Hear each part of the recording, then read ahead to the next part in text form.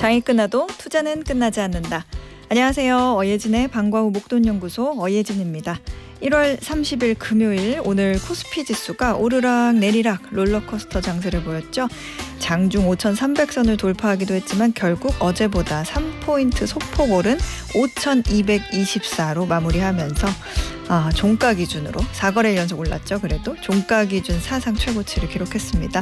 오늘 SK하이닉스가 5% 넘게 뛰면서 종가 기준으로 90만 원을 돌파했습니다. SK하이닉스는 어디까지 오르려나요? 반면에 지난해 4분기 실적 어닝쇼크를 기록한 현대차는 5% 넘게 하락했습니다. 오늘 시가총액 상위 종목 보니까 대부분 파란불이네요. 코스닥 지수는 오늘 뒤로 좀 밀렸습니다. 1.29% 내리면서 1149의 장을 마쳤는데요. 개인과 외국인이 순매도하면서 지수를 끌어내렸습니다. 코스닥 시총 상위 종목도 대부분 하락세 나타냈습니다. 달러원 환율 오늘 좀 올랐습니다. 13원 오른 1,439원에 거래 마무리했습니다. 지금 이곳 목동의 기온은 영하 2도입니다. 어예진의 방과 후 목돈연구소 시작합니다. 어예진의 방과 후 목돈연구소 첫 곡 소유 정기고의 썸 띄워드렸습니다.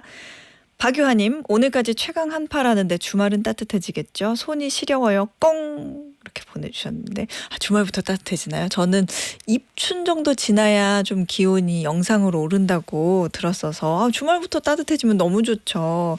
입춘이 지나면요 영상 낮 최고 기온이 한 3도 5도 정도까지 오른다고 예보를 제가 본 것 같아요. 저도 따뜻해지길 기다리고 있는 사람이거든요. 빨리 날이 좀 따뜻해졌으면 좋겠습니다. 이정민님, 소장님 안녕하세요. 좋은 정보 잘 듣고 있어요. 주식은 언제나 어려워요. 그래도 꾸준하게 공부하려고요. 오늘도 출첵해 주셨습니다. 저도 아직 여전히 주식은 참 어렵습니다. 그래도 알아가면 알아갈수록 손해는 덜 보는 것 같아요. 네, 오늘 또 이런 공부할 수 있는 코너 준비돼 있으니까 열심히 들어주세요. 김혜미님, 소장님 반가워요. 오늘 1열에서 딱 기다리고 있었어요. 어방목 듣고 공부해서 제 주식 계좌 죄다 빨간불입니다. 우와, 너무 감사드려요. 앞으로 더 열심히 청취할게요. 예쁜 소장님 해주셨는데 이거는 사실 어방목 덕분이라기보다는 김혜민 님이 어방목 잘 들어주시고 잘 판단을 하셔서 이렇게 빨간불이 되지 않았나 이런 생각이 드는데 앞으로도 잘 부탁드리겠습니다. 자, 월요일부터 금요일까지 오후 4시에 문 여는 SBS 라디오 어예진의 방과 후 목돈연구소고요. 무료로 SBS 라디오 들을 수 있는 어플 고릴라 그리고 유튜브 채널 시교라로 함께 하실 수 있습니다. 여러분 소식도 가득 전해주세요. 단문 50원, 장문 100원의 유료 문자 샵 1035 무료 어플 고릴라로 보내주시면 됩니다. 소개도 해드리고 추첨해서 커피 쿠폰 보내드릴게요. 오늘은 자동차의 세계로 떠나는 방과 후 차차차 타고요. 쉽고 재미있게 경제 공부하는 방과 후 경제교실로 떠나봅니다. 저 어예진이 직접 고른 꼭 알아야 할 뉴스 어뉴스 오늘도 배달 왔습니다.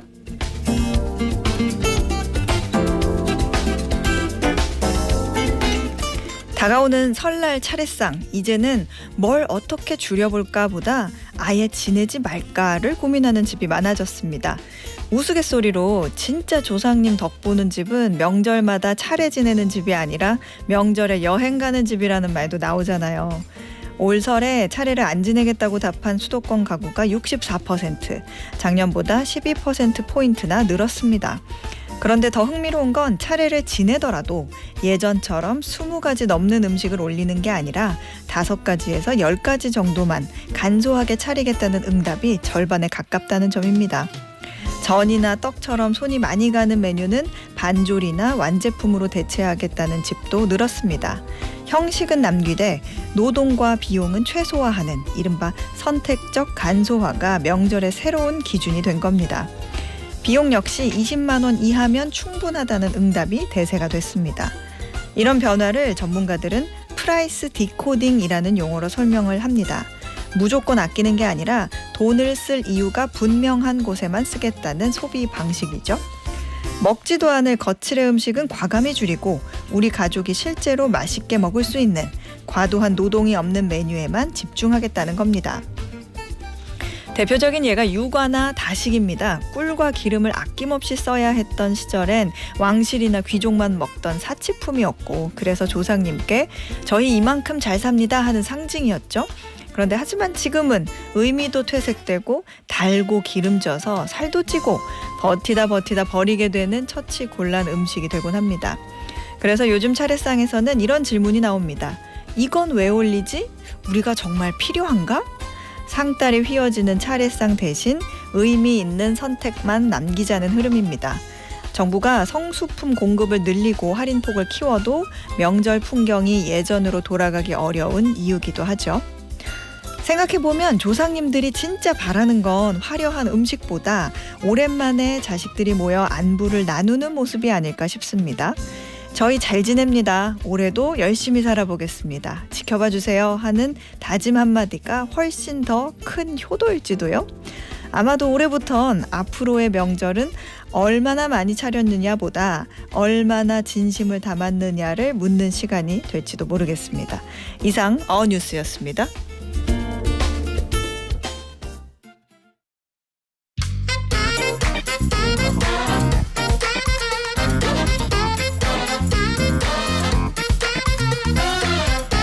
매주 금요일마다 자동차 세계로 떠나는 드라이브 방과후 차차차. 오늘도 카메거진 최정필 기자가 가이드해드립니다. 어서 오세요. 네, 안녕하세요. 반갑습니다. 최정필 기자님 이발하셨네요? 네, 이발을 했습니다. 아유, 인물이 더 훤해지셨습니다.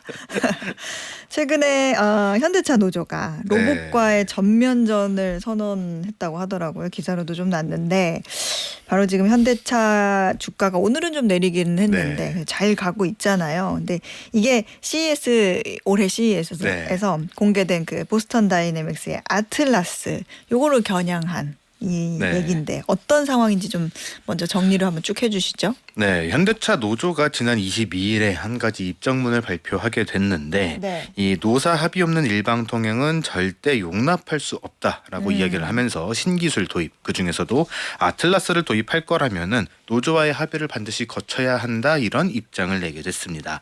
사실 최근에 현대차 주가가 이전 대비 상당히 좀 높은 가격대가 형성이 되어 있고 또 그대로 계속해서 가게 된다면은 국내 시가총액 3위도 좀 노려볼 수 있고 이미 달성을 했다라는 이야기들도 있는데 그런 건 이야기가 계속해서 나올 수 있을 정도로 이런 환경들의 배경에 이제 로봇이 있다. 지금 이제 피지컬 AI라고 이야기를 하는 것들이 굉장히 좋은 평가를 받으면서 현대차의 주가들을 쭉 끌어올렸다라는 이야기가 나오고 있기 때문입니다. 노조에서도 우리 그룹의 그 아틀라스라고 하는 로봇 굉장히 훌륭하다라는 것들을 인정을 하고는 있는 상황인데 이런 좋은 평가를 받는 기술들을 활용해서 인건비를 줄일 생각은 하지 말아라라고 이야기를 하고 있는 상황입니다. 이게 조금 모순되게 들릴 수도 있어요. 로봇을 어디까지 적용을 해야 되는가, 이런 문제를 두고 이제 사용자와 근로자 간에 좀 갈등이 생겼다, 이렇게 좀 볼 수가 있는 상황인 건데 여기에다가 오늘도 이제 이재명 대통령이 이제 한마디 말을 더 얹으셨습니다. 이 로보틱스와 관련된 것, 피지컬 AI와 관련된 것들은 흘러오는 거대한 수레이기 때문에 피할 수 없다. 그렇기 때문에 그런 사회에 빨리 적응을 해야 된다, 이런 말씀을 하셨기 때문에 이런 갈등이 조금 더 좀 어떤 흐름으로 흘러가게 될지 좀 지켜볼 필요가 있을 것 같아요. 그렇군요. 현대차 노조가 이 아틀라스를 거의 함부로 막 상의 없이 제대로 안 하면 판을 엎겠다, 일방 통행 시 판을 엎겠다, 이런 구호를 쓰기도 하더라고요. 이토록 이렇게 강하게 반대하는 거는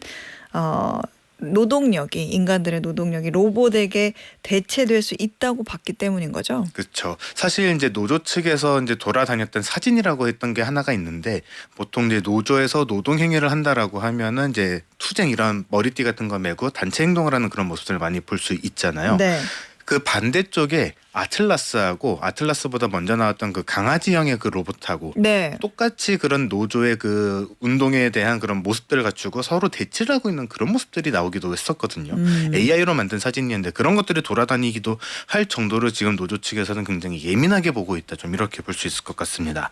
근데 지금도 공장에는 굉장히 많은 로봇들이 사용이 되고는 있어요. 근데 이 로봇들이 지금은 어느 쪽에서 사용이 되고 있는가 보면은 사람이 직접 하기 좀 어려운 것들 혹은 위험한 작업들을 도와주기 위해서 이런 로봇들이 사용이 되고 있습니다. 굉장히 정밀하게 해야 된다거나 아니면은 고온이나 고압으로 뭔가 철판을 누른다거나 하는 공정에서 이런 로봇들이 사용이 되고 있는 건데, 이런 로봇들이 도입됐던 이유는 딱 하나였습니다. 첫 번째는 작업자의 안전이었어요. 근데 작업자의 안전을 위해서 이런 로봇들을 투입을 하다 보니까 작업의 효율이 굉장히 높아지게 됐고 그로 인해서 로봇이 투입되는 공정들이 조금 더 많아지게 됐다. 이렇게 볼 수가 있는 건데 그럼에도 사람이 계속해서 그동안에 필요했었던 이유 중에 하나는 사람의 감각으로 로봇이 이제 개발하고 투입하는 것보다 사람이 직접 했을 때가 더 효율적으로 할 수 있는 영역들이 아직까지는 남아 있었기 때문이었습니다. 네. 이거는 다르게 이야기를 하면은 전문성이 필요한 부분이었고 그 부분을 기술로 덮기 위해서는 굉장히 많은 투자가 들어가야 되다 보니까 이 투자의 가성비가 어디까지 나오느냐 이런 문제였었거든요. 근데 아틀라스 같은 로봇을 사용을 하게 되면요, 요거는 이제 피지컬 AI라고 우리가 계속 이야기를 하잖아요. 그러니까 학습을 한다라는 이야기가 됩니다. 네. 통계치를 가지고 학습을 하게 되면은 로봇도 전문성이 생길 수 있게 된다라는 거. 그렇게 되면은 처음에는 어느 정도 투자가 필요하긴 하겠지만 사람이 이제 직접 하는 것과 비교를 했을 때 로봇이 더 싸게 먹히는 순간이 올 수 있다라는 이야기가 되는 거거든요. 어허. 그렇게 되면은 사용자, 그러니까 기업 입장에서는 사람을 계속해서 고용을 유지를 하는 것보다 로봇을 한 대 더 들여오는 게 훨씬 더 저렴하게 이제 비용이 들어갈 수도 있네라는 생각을 할 수밖에 없게 되는 겁니다. 그러니까 노조가 경계하는 게 사실은 이런 부분이다 이렇게 볼 수가 있는 거죠. 뭐 사실 공장에 들어가 보면 꼭 뭐 자동차 공장뿐 아니라 어디든 이제 생산 공정의 자동화라는 거는 계속 진행되어 왔던 거고 말씀하셨던 것처럼. 그런데 지금 이제 문제를 삼는 이유는 어떻게 보면 작업 환경의 변화라는 흐름하고도 맞물려 있는 것 같아요. 그렇죠. 이번 논란은 이제 사실은 이제 최근 노동 환경 전반에서 좀 나타나는 변화다 이렇게 좀 볼 수가 있을 것 같은데 네. 노조에서 크게 제기하는 거는 총 세 가지 문제가 있습니다. 네. 첫 번째는 아까 말씀드렸던 것처럼 로봇한테 대체당하지 않을까라고 하는 고용 불안이거든요.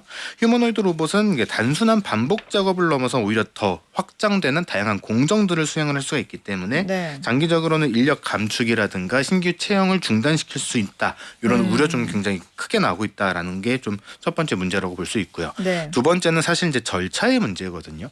기업에서 이런 것들을 하는 거를 충분히 할 수는 있기는 한데 노사 간의 협의가 좀 먼저 있어야 되지 않았겠느냐라는 게 지금 노조에서 이제 기본 입장이다 이렇게 이야기를 하고 있습니다. 논의에서 좀 소외됐다는 거죠. 네, 도입을 하는 거는 좋은데 그 과정에서 우리는 어떻게 할 거냐 그 절차가 좀 더 투명하게 나와야 되지 않았느냐 이런 이야기들이 계속해서 나오게 되는 거고요. 마지막은 이제 현장에서 근무하시는 분들과 그러지 않은 분들 간에 좀 의견이 나뉠 수는 있는데 네. 상징성이거든요.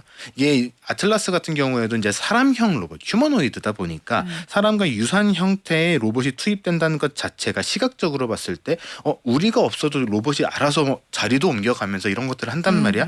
또 이렇게 되면서 현장 불안이 조금 증가가 될 수 있다. 이렇게 볼 수 있는 거죠. 내가 나름대로 지금 내공이 있는 그 네. 기술자인데 로봇이 조금 더 잘하는 것 같고 효율이 더 좋은 것 같으면 심리적으로도 위축될 수가 그쵸. 있죠. 근데 사실 그런 거는 자동차 산업만의 문제는 아니잖아요. 그렇죠. 이제 자동화라든가 디지털 전환, 전동화 이런 것들에서 산업 구조의 변화가 계속해서 빠르게 바뀌고 있다 보니까 과거에는 경영의 판단의 영역이라고 생각이 됐었던 그런 요소에서도 이제는 산업 전반에 걸친 노사 간의 갈등의 원인이 될 수 있다. 그런 식으로도 이야기가 계속해서 나오고 있습니다. 네. 특히 생산 방식의 변화뿐만 아니라 고용 안정에까지도 영향을 미친다. 이렇게 판단이 되게 된다면은 노조 같은 경우에 노조의 입장에서도 이게 단순한 기술의 문제가 아니라 생존권을 두고 싸워야 되는 교섭 쟁의의 대상이 될 수 있다. 이렇게 볼 수가 있는 거거든요. 그렇기 때문에 이번 아틀라스 갈등 역시 로봇을 어떻게 할 것인가라는 것보다는 로봇을 들여왔을 때 우리를 어떻게 할 것인가 그런 노동의 범위와 역할을 어떻게 바꾸는가에 대한 문제라고 좀 볼 수 있을 것 같습니다. 그래서 자동차를 넘어서 이제 제조업 전반으로 산업 전체로 좀 퍼질 수 있는 그런 갈등의 시작점이 됐다 좀 이렇게도 볼 수 있을 것 같아요. 그래서 앞으로 자동화를 어떻게 할 건가를 보게 되면은 기술의 효율성보다도 그러면 이런 것들을 우리가 선택을 했을 때 노동 환경이 어떻게 변하게 되는가 그거를 먼저 좀 고려해야 되지 않느냐 이런 이야기가 좀 나오게 될 것 같습니다. 사실 자동차 산업 같은 경우에는 제조업의 전반을 좀 대표하는 그런 바로미터처럼 작용을 하고 있기도 하고요. 또 네. 현대차 노조 같은 경우에는 제조업 노조 중에서도 가장 큰 규모를 가져가고 있다 보니까 현대차 노조가 어떻게 움직이는가가 산업 전반에 좀 분위기로 흘러갈 수도 있다라는 이야기가 좀 많이 나오고 있거든요. 특히 이런 이 인력에 대한 고령화가 진행되는 산업일수록 전문성에 대한 것들 혹은 자동화의 필요성 같은 것들이 계속해서 이야기가 나오게 되고 그러다 보니까 긴장이 더 길게 크게 가져가게 되는 상황들이 생기게 되는 건데 네. 단순히 사람이 부족하다라는 이유로 물론 이런 자동화를 진행을 하게 되면은 아직까지 현장에 남아 계신 분들은 그러면은 바로 해고가 되는 것이냐 이런 굉장히 좀 불안성이 생길 수밖에 없는 겁니다. 그러다 보니까 이번 현대차의 사례 같은 경우에는 자동화가 필요한 거 오케이 알겠는데 그러면은 그거를 어떤 과정으로 합의를 거쳐서 진행을 할 거냐 이런 합의에 대한 문제로 좀 작용할 가능성이 크다는 거죠. 이건 진짜 너무 고민이 될 얘기 같아요. 그러니까 기업 입장에서는 생산 원가라는 거를 고려할 수밖에 없잖아요. 근데 그 생산 원가에는 인건비도 포함이 되다 보니까 이게 또 현대차뿐만 아니라 다른 기업에서도 자동화를 도입하려는 이유가 있잖아요. 그래서 그렇죠. 사실은 이제 글로벌 경쟁 환경이 계속해서 바뀌고 있다 보니까 현대차 그룹에서도 자동화의 필요성을 좀 강조를 많이 하고 있는 건데 특히 최근에는 이제 전동화 전환이라든가 소프트웨어 중심의 기업 구조 자체를 아예 변화시키는 그런 움직임들이 좀 가속화가 되고 있다 보니까 생산 효율이라든가 비용 구조를 개선하지 않으면은 그런 경쟁에서 아예 뒤처질 수도 있다라는 이야기가 좀 나오고 있는 상황입니다. 예를 들어서 이제 작년 매출 과 이제 영업 실적 같은 것들이 다 발표가 됐는데 현대차하고 기아를 합쳐서 약 한 300조에 가까운 매출을 일으켰단 말이에요. 굉장히 높은 매출을 일으키게 됐는데 사실 영업 이익으로 보게 되면은 기아는 28%가 감소를 했고 현대차도 12%가 감소를 했습니다. 물론 이런 영업이익 감소에는 관세라든가 다른 영향들도 있기는 하지만 전반적으로 봤을 때 비용을 좀 많이 줄여 나가야 하는 상황이라는 거예요. 그런데 다른 해외 완성차 업체들은 이미 자동화 수준을 굉장히 빠르게 끌어올리고 있는 상황이고 또 우리나라의 인건비가 결코 좀 싸진 않은 편에 해당을 하다 보니까 인건비를 어떻게 줄여 나갈 것인가 이런 것들을 줄이지 못하면은 국내 생산 거점의 경쟁력이 악화될 수밖에 없지 않겠느냐라는 이야기가 나오게 되면서 장기적으로는 국내 공장 유지 자체가 좀 어려워질 수도 있겠다 이런 이야기까지도 나오고 있는 상황인 거죠. 우리가 사실 기업 입장에서 얘기만 좀 해보기도 했지만 뭐 기업이야 매출이나 이익 높이고 비용 줄이고 싶은 건 당연한 거고 근데 또 노동자 입장에서 봤을 때는 우리가 그래도 나름대로 노력을 해왔고 최선을 다했기 때문에 이런 일들이 가능하지 않았냐 이런 의견을 낼 수가 있죠. 그러니까 결국에는 자동화를 언제 어떤 식으로 도입할 거냐 요거를 잘 논의해보는 게 관건인 것 같긴 하네요. 네, 그래서 노조에서도 그거에 대해서 굉장히 좀 입장이 좀 복잡한 것 같기는 해요. 이 입장문의 첫 번째 줄이 뭐였냐면은 웃어야 하나 울어야 하나 요거였습니다. 그러니까 기술이 정말 좋은 거는 좋은 점이에요. 그룹 전반적으로 봤을 때도 좋은 거고 근로자 입장에서도 약간 자부심이 느껴질 수 있는 그런 건데 그런 것들이 우리를 대체할 수 있다고라고 해야 되니까 요거는 그러면 안 좋은 것 같은데라는 굉장히 복잡한 생각이 들게 된다는 거죠. 그러다 보니까 노조에서도 자동화의 필요성 자체를 부정하는 목소리는 많지는 않습니다. 그러니까 투입하는 건 좋은데 그 과정에서 고용 안정이라든가 직무를 바꾸게 됐을 때 어떻게 교육을 진행을 해줄 것인가 그런 것들에 대한 구체적인 설계가 좀 필요하다. 그런 것들을 마련을 해달라라는 목소리가 굉장히 크게 나오고 있는 상황인 겁니다. 기존 인력을 이제 로봇을 운영하는 관리 업무로 좀 전환을 시킨다던가 아니면은 다른 재교육 프로그램을 같이 좀 제시를 해달라라고 이야기를 하게 되는 건데 이런 거 없이 그냥 투입만 하게 되면은 생존의 위협. 고용 안정이 깨지게 된다라는 거니까 어떻게 보면 신뢰의 문제를 좀 지켜달라라고도 이야기를 하고 있는 겁니다. 근데 이게 아틀라스가 당장 뭐 내일부터 한국 공장에 투입되고 그런 거는 아니잖아요. 그렇죠. 이제 CS 2026에서 나왔던 이야기를 종합을 해보면은 오는 2028년부터 연간 3만 대씩 생산하는 거를 목표로 하고 있고 미국 공장에 먼저 투입이 될 예정인데 그 투입되는 시기를 보게 되면은 한 2030년 정도로 예정을 하고 있습니다. 그러다 보니까 점진적으로 이런 것들이 생산이 좀 완성이 되고 투입이 확대가 되고 이렇게 진행이 될 예정인 건데 그럼에도 노조가 이렇게 빠르게 반발하고 나서는 이유는 이게 시작에 불과하겠다라는 거죠. 그러다 보니까 앞으로는 당장에는 단순하게 물건을 가지고 와서 배열을 해주는 그런 것들만 하겠지만 나중에는 더 많은 것들을 하게 되고 사람의 자리가 없어지지 않겠느냐라는 이야기가 계속해서 나오게 되는 겁니다. 근데 거기에다가 이번에 테슬라가 모델 S하고 모델 X를 단종시키고 그 생산 라인에 테슬라의 로봇, 이 옵티머스 생산 라인을 설치를 하겠다라고 발표를 했다 보니까 현대차 그룹에서도 이런 것들이 더 빨라지지 않겠냐. 그러면 우리의 생존성은 더 빠르게 위협을 받을 것이다라는 이야기를 같이 하게 되는 겁니다. 결국에 이번 논란은 아틀라스를 쓰느냐 마느냐가 아니라 이제 앞으로 자동화되면서 AI와 어떤 인간의 노동의 공존을 어떻게 토대를 마련하느냐 그게 굉장히 중요한 문제로 보이는데 이 갈등 어떻게 정리해서 봐야 될까요? 이번 현대차 노조하고 아틀라스의 갈등은 그냥 로봇 한두 대를 어떻게 도입을 하겠다 이런 것들에 대한 충돌이라기보다는 이제 우리도 어떻게 보면 자동화라는 거에 되게 좀 익숙해져 가고 있는 상황이잖아요. 그런 상황에서 노동의 역할을 어디까지로 좀 지켜낼 것인가, 어디까지는 우리가 직접 노동을 하는 영역으로 남겨둘 것인가에 대한 질문에 더 가깝다 이렇게도 볼 수 있을 것 같습니다. 네. 사실 기술 발전은 이미 선택의 영역은 아니라고 생각이 되거든요. 이제 자동적으로 이제 우리가 따라가야 되는 그런 상황이라고 생각이 되는데 기업 입장에서는 그런 것들에 맞춰서 기업의 경쟁력을 유지하기 위해서는 이런 자동화를 같이 좀 검토를 할 수밖에 없는 입장이다 보니까 노동자의 입장에서도 그런 변화가 언제 어떤 방식으로 다가오게 될 것인가 그런 것들의 불확실성을 서로가 같이 좀 풀어나가는 과정이 필요하다 좀 이렇게 볼 수 있을 것 같아요. 가장 중요한 거는 자동화가 곧바로 대체 인력으로 넘어가는 것보다는 로봇이 들어오는 공정과 범위를 순차적으로 좀 계획을 정확하게 짜서 그런 것들을 같이 공유해주는 설명이 좀 충분하게 이루어져야 된다라고 좀 생각이 되는 건데 네. 이번 논란에서 노조가 빠르게 이제 이 빠른 시점에서 이런 것들에 대한 문제점을 제기를 한 것도 실제 투입 시점보다는 앞으로 어떻게 될 것인가에 대한 미래에 대한 좀 불안성을 좀 해소를 하고 싶기 때문 아닐까라고 좀 생각이 듭니다. 네. 그래서 앞으로는 이제 로봇 기술, 자동화 기술이 더 고도화될수록 반복해서 생길 수밖에 없는 문제들의 시작점에서 질문을 던진 것이다. 좀 이렇게 봐야 될 것 같고 네. 서로가 언제 어떤 식으로 합의를 할 것인가 그거를 좀 지켜봐야 될 것 같아요. 네. 지금까지 카메거진 최정필 기자였습니다. 고맙습니다. 네, 고맙습니다. 저희는 이무진의 에피소드 듣고 2교시로 돌아올게요. 매주 월요일부터 금요일 오후 4시부터 5시까지 경제에 관한 모든 것을 충전하는 시간입니다. SBS 라디오 어예진의 방과후 목돈연구소와 함께하고 계십니다. 허영심님께서 올 초에 눈 오고 땅이 미끄러운데 출근길 버스에서 내려서 걷다가 미끄러져서 손에 금이 갔는데 오늘 깁스 풀고 간단하게 붕대만 감았어요. 너무 홀가분하고 좋네요. 아이고 고생 많이 하셨겠어요. 그 손에 금이 가는 게 이게 손을 다쳐보잖아요. 그러면 의외로 야, 이 손가락 하나하나가 의외로 다 제 역할이 있구나. 이렇게 중요한 역할을 했었네? 이런 생각이 들거든요. 허영심님 정말 고생 많으셨습니다. 아주 후련하시겠습니다. 어서 완벽하게 다 나으시길 어박목이 응원합니다. 유튜브로 아까 일부 아틀라스 내용 들으시면서 소울드 복서님께서 예전에 영화에서 보던 일이 이제는 진짜 고민해야 하는 현실이 되었네요 하고 보내주셨어요. 그러게요. 진짜 우리가 로봇하고 신경전을 벌일 줄 누가 알았겠어요. 이건 마치 내가 항상 반에서 1등을 하는데 진짜 어리고 이쁜 애가 근데 심지어 공부도 너무너무 잘하는 애가 전학을 왔네? 그런 느낌이 아닐까라는 생각이 드네요. 맞아요.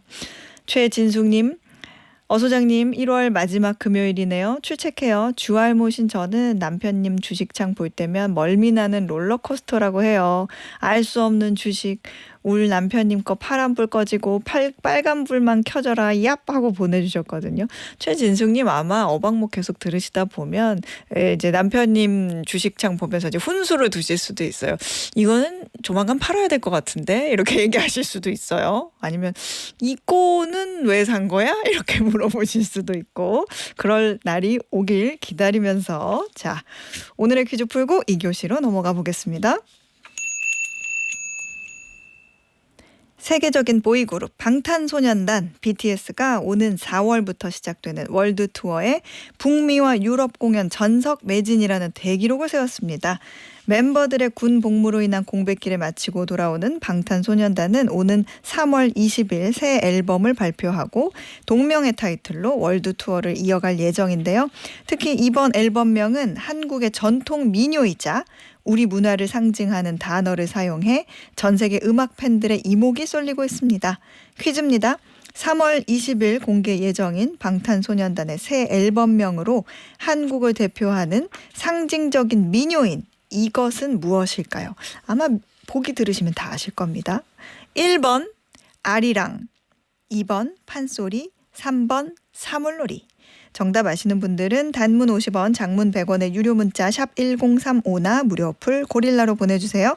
당첨되신 분들 중에 추첨해서 편의점 상품권 보내드립니다.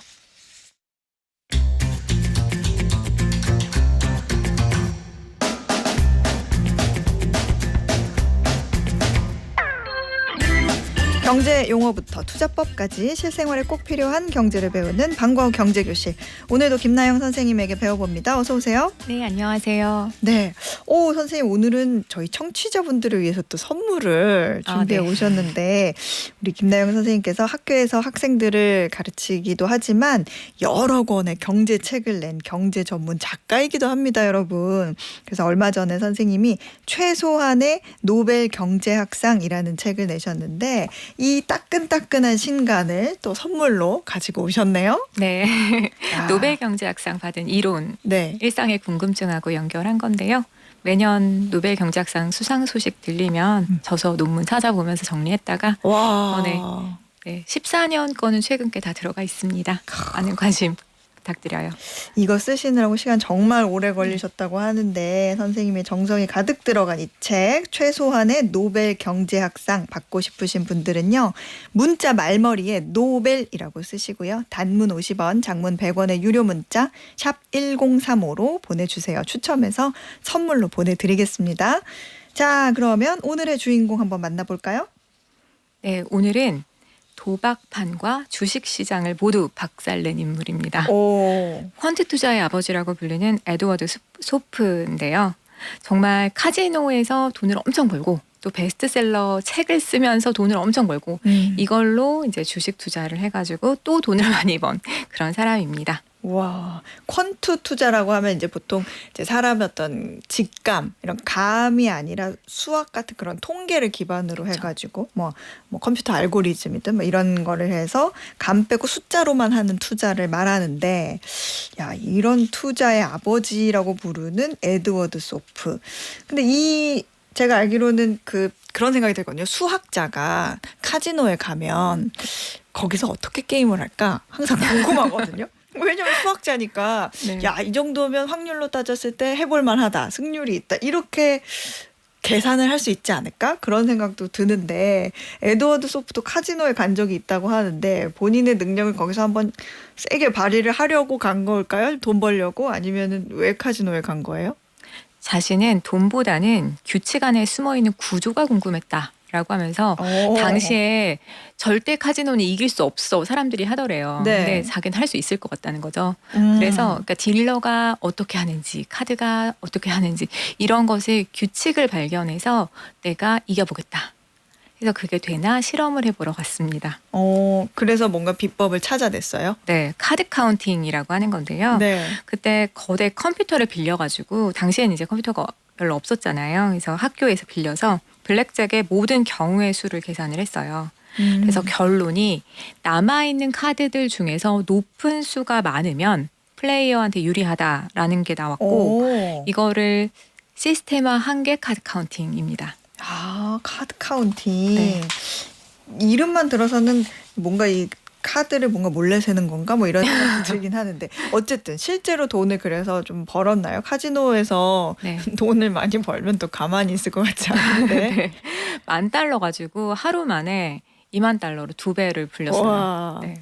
근데 하루 정도는 그냥 운이라고 할 수도 네. 있잖아요. 네. 근데 룰렛도 이겼다고 네. 들었는데 룰렛은 사실은 이게 기계라 가지고 물론 경우의 수도 있지만 네. 룰렛 같은 경우는 그 속도가 있잖아요. 속도. 네. 돌아가는 속도. 그 속도를 측정을 하는 걸 만들었어요. 속도를 측정을 했다고요?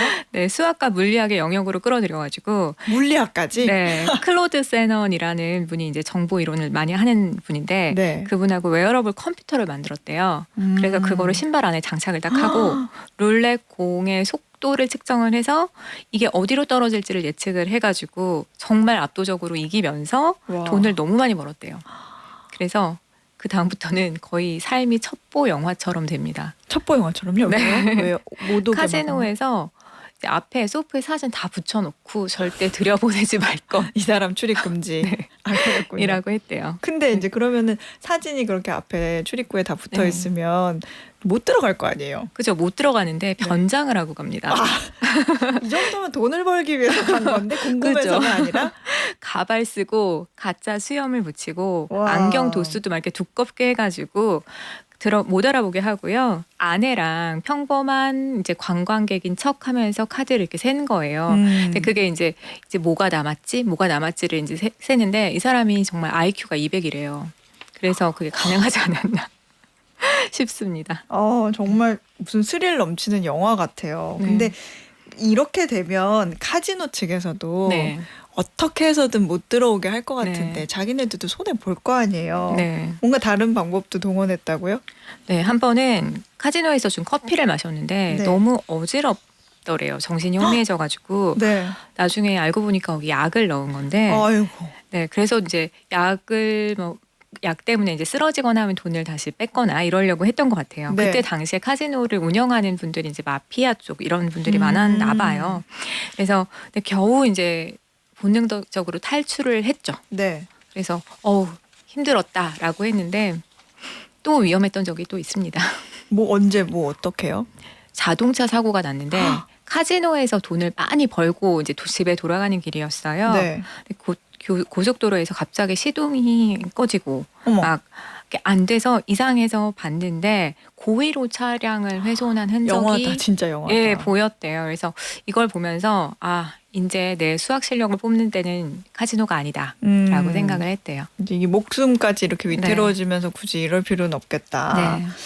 그러면은 이제 생명의 위협을 느끼면서 카지노가 아닌 주식시장으로 무대를 옮긴 건가요? 네, 근데 그 전에도 또 엄청난 수익을 올린 게 있는데요. 아까 네. 말씀드렸지만 이 블랙잭 비법을 책으로 낸 거예요. 그래서 그게 빗 더 딜러라고 딜러를 이겨라. 이게 진짜 베스트셀러가 돼서 엄청나게 팔리거든요. 이 책을 읽으면 카지노에 가서 나도 돈을 벌 수 있겠지라고 네, 생각한 분들이 많이 읽으셨군요. 근데 그 책을 보고 진짜로 조직적으로 블랙잭을 연구해서 팀으로 이 카드 카운팅을 적용한 사람들이 진짜 있었대요. 와. 그래서 마이크로소프트의 스타트업 부문 부사장을 지냈던 제프마, 그러니까 2020년까지인가 하셨던 걸로 알고 있는데 네. 이분이 이제 대표적인 인물입니다. 그러면 이제 이 책을 읽고 이런 네. 분들도 돈을 많이 벌었대요? 네, 엄청 벌고요. 이제 사실 소프는 혼자 했던 거잖아요. 네. 근데 이 사람들은 이제 카드 카운팅하는 사람, 베팅하는 사람, 미리 가서 이렇게 보고 있는 사람 해서 눈치를 못 채게 분업을 했는데 이 얘기가 진짜 영화로도 만들어졌어요. 21이라는 영화인데요. 네. 네, 거기 주인공이 제프마가 모델이라고 합니다. 그렇군요. 네. 근데 우리 이 에도 소프가 주식 시장으로 이제 무대를 옮겼다고 했잖아요. 네. 그럼 거기서도 주식 투자도 잘 했나요? 처음에는 좀 초보 투자자들처럼 이러는데 안 네. 되겠다 해서 투자 공부를 엄청 했대요. 그러면서 게임의 장이 이제 카지노에서 주식 시장으로 옮기면 되겠다라고 하면서 카지노는 판도 적고 판돈도 안 크고 자기가 목숨을 걸어야 되는 위험도 있지만 월스트리트는 판돈도 무한대로 크고 차 브레이크가 고장날 일도 없다라고 하면서 이제 정말 돈을 많이 법니다. 그러니까 뭔가 이게 주식 시장은 좀 안전한 카지노다 이런 네. 생각을 네. 한 게 아닌가 싶은데 그러면 주식에서도 뭔가 카드 카운팅 같은 그런 공식을 발견하나요? 네, 그러니까 주식의 파생 상품인 워런트. 워런트가 지금으로 보면 이제 콜 옵션이라고 부르면 되는 건데, 네. 그러니까 콜 하면은 뭔가 사는 나 이거 살래요 콜 이런 식으로 네네. 얘기를 하면, 근데 살 권리를 사는 건데, 그러니까 만약에 삼성전자 주식이 뭐 다음 달에 15만 원이 될 것 같아라고 하면 지금 내가 그 다음 달에 12만 원에 살 수 있는 권리를 살게 이런 개념이 이제 콜 옵션인데 당시에 콜 옵션이 있지만 그 가격이 정말 사람들이 감으로 하더라는 거예요. 네. 네, 이소프는 그것도 수학 공식으로 밝혀내는 거죠.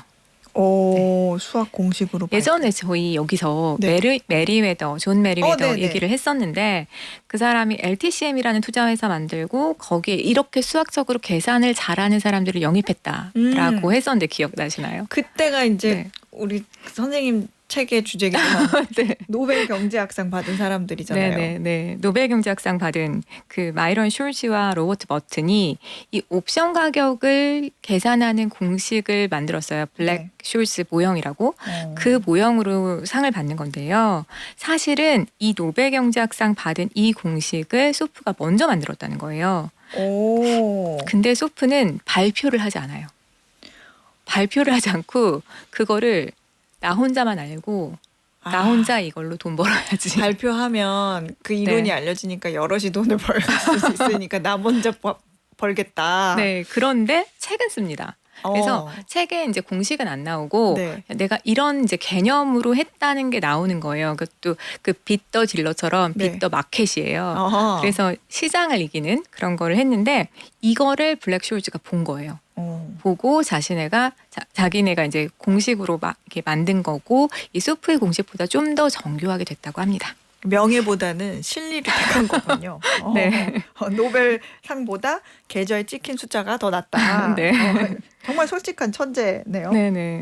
먼저 발표했으면 노벨상 받았을 거 아니에요. 근데 이제 인터뷰에서 그래서 아깝지 않냐고 네. 얘기를 물어보면 아쉽지 않다. 난 돈을 벌었지 않느냐라고 얘기를 합니다. 얼마나 벌었길래 이런 선택을 했을까라는 생각이 궁금증이 드는데 소프의 네. 수익률은 어느 정도였어요? 그러니까 프레스턴 뉴포트 파트너스라는 투자 회사를 차리는데요. 네. 20년 동안 연간 손실을 한 번도 안 봤대요. 한 번도 안 봤다고요? 네, 20년 동안 그러니까 연간으로는 한 번도 하락한 적이 없고 네. 딱 달로 봤을 때 3달 정도가 한 0. 몇 %손실을 봤다고 1%도 안 되는 네, 손실을 네, 봤다. 네, 완전 잃지 않는 투자를 한 거죠. 와, 계속해서 20 몇 %대의 수익이 평균적으로 나왔다고 해요. 대단하다. 20년 동안 20 몇 %대 수익을 봤으면 네. 그걸 복리로 따졌을 때 돈을 얼마나 벌었겠어요? 노벨상을 포기할 만하네요. 네. 근데 사실 이 소프가 네. 뭐 손실이 그렇게 많이 난 것도 아니고 그 투자에 실패를 한 것도 아니고 목숨의 위협을 느꼈던 것도 아닐 텐데 네. 갑자기 투자 회사를 접었다면서요? 네, 맞아요. 그게 소프가 정말 무섭다라고 제가 느끼는 점인데요. 네. 주식시장에서 그 돈을 많이 번 그 공식이 있다고 했잖아요. 네. 그 공식을 발전시킨 블랙쇼즈 모형이 발표된 거는 1970년대인데 그때는 그렇게 많이 또 쓰이진 않았대요. 근데 이제 80년대 후반 되고 이러면서 이제 쓰이기 시작했고 이게 먹을 게 점점 적어진 거죠. 그러면서 90년대 후반이 되니까 이제 진짜 안 되겠다. 그러니까 뭐 모건 스탠리도 뭐 JP 모건 다 막 하니까 이제 초과 수익 낼 곳이 없다라고 하면서 나는 돈 충분히 벌었고 이제 내 시간 갖고 싶어라고 하면 딱 접습니다. 그렇군요. 야, 강단 있는 분이네. 네, LTCM 그때 만들었던 네. 분들은 그때 무리를 막 하면서 엄청 잃잖아요. 네. 네, 그걸 안 한 거죠. 이 소프가 워런 버핏하고도 인연이 있다고 하는데 맞아요? 네, 소프가 1968년 당시에는 캘리포니아 대학에 있었거든요. 근데 그때 대학장이 그 버핏한테 돈을 맡기고 있었대요. 근데 버핏이 68년에 그 투자 조합을 접거든요. 네. 근데 이 학장은 딱 이 소프의 책을 본 거예요. 빚더 마켓. 네. 괜찮다 싶어가지고 버핏한테 얘 좀 봐줘라고 하면서 소프를 만나게 했대요.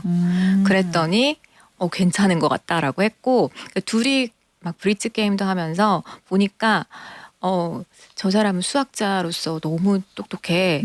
또 이제 소프는 버핏을 보면서 저 사람 기업 분석 너무 잘해 하면서 둘이 잘 알아봤다고 합니다. 그렇군요. 그러면은 소프는 버크셔 해서웨이 투자했겠네요? 네. 그때 당시 바로 한 건 아니고요. 네. 한 15년 지난 다음에 했다고 하는데요. 네. 당시 주가가 $900 정도 했어요. 근데 자기가 처음 알았을 때보다는 굉장히 많이 올랐던 거지만 버핏의 머릿속 가치는 $900보다 훨씬 크다라고 하면서 과감히 많이 베팅을 했었고 그때 주식이 뭐 지금은 버크셔 주식이 10억 원이 넘잖아요. 그러니까 엄청난 수익을 낸 거고 천재는 천재를 알아보는가 봅니다. 그러네요. 네. 소프가 이제 좀 사실은 어떻게 보면 전문가들 네. 사이에 진짜 알아볼 만한 얘기들이었다면 네. 우리 같은 일반 투자자들에게 해준 조언은 없어요? 되게 단순하게 얘기를 하는데요. 네. 존 보글처럼 시장 전체를 사라라고 해요.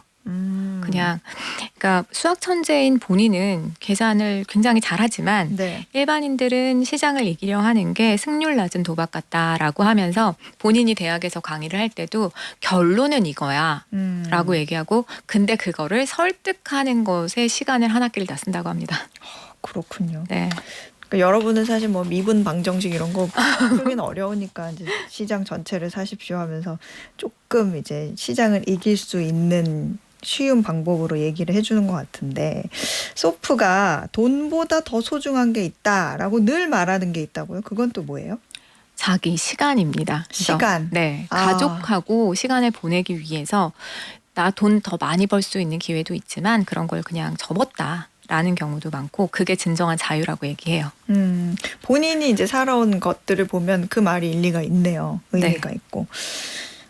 이제 우리 방송의 또 하이라이트죠. 어방목 청취자를 위해서 이 네. 투자 팁, 소프 이야기를 쭉 들어보면서 우리가 생각해봄직한 그런 네. 투자 팁 정리해 주신다면요?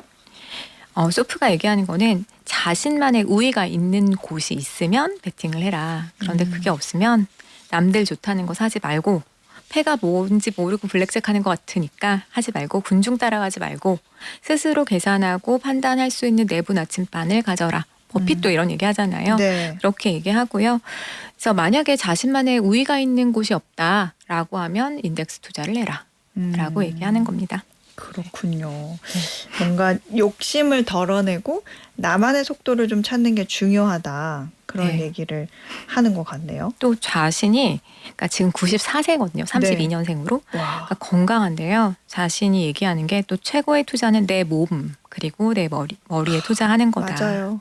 건강을 잃으면은 다 필요 없다라고 얘기하면서 꾸준한 건강 관리 그리고 잃지 않은 호기심 이게 우리에게 꼭 필요한 투자 팁 아닐까 싶습니다. 건강 관리 정말 중요하고 잃지 않은 호기심 이거 정말 중요한 것 같아요. 그러네. 저는 네. 소프가 나는 이미 충분히 가졌다면서 욕심 부리지 않았던 게 또 하나의 그 행복을 유지하는 비결이지 않을까 그런 생각이 듭니다. 자, 지금까지 김나영 선생님이었습니다. 고맙습니다. 네, 고맙습니다. 퀴즈 정답 확인해 보겠습니다. 오늘의 퀴즈에서는 3월 20일 공개 예정인 방탄소년단 BTS의 새 앨범명으로 한국을 대표하는 상징적인 민요는 뭔지 여쭤봤는데요. 정답은 1번 아리랑입니다. 정답 보내주신 분들 중에 오늘 편의점 상품권 받으실 세 분은요. 송지연님. 아리아리랑 대박나라 이렇게 보내주셨고요. 그리고 앨범 대박 쳐서 하이브 주가도 날아오르면 좋겠네요 하고 보내주신 하이브 주주로 예상이 되는 문기섭님. 그리고 마지막으로 딸이 방탄소년단 팬 아미거든요. 방탄소년단 사진을 액자에 넣어서 결혼사진 옆에 나란히 두었더라고요 라고 보내주신 9752님. 저도 그랬어요. 저도 우혁이 오빠, H.O.T 우혁이 오빠 사진 방에 도배해놓고 부모님이 보시고 뒷목 잡으시고 그러셨습니다. 다 그런 때가 있죠. 네. 그리고 책 당첨되신 5분은요. 김진우님, 김성윤님, 588 하나님, 3369님, 2326님 이렇게 5분께 책 보내드리도록 하겠습니다. 자, 어혜진의 방과 후 목돈 연구소 오늘 끝곡은요. 이 노래 꼭 들어야 되죠. 방탄소년단의 봄날 띄워드리면서 저는 인사드리겠습니다. 다음 주 월요일 오후 4시에도 어김없이 여기 어혜진의 방과 후 목돈 연구소에서 여러분 기다리고 있을게요. 즐거운 주말 보내세요.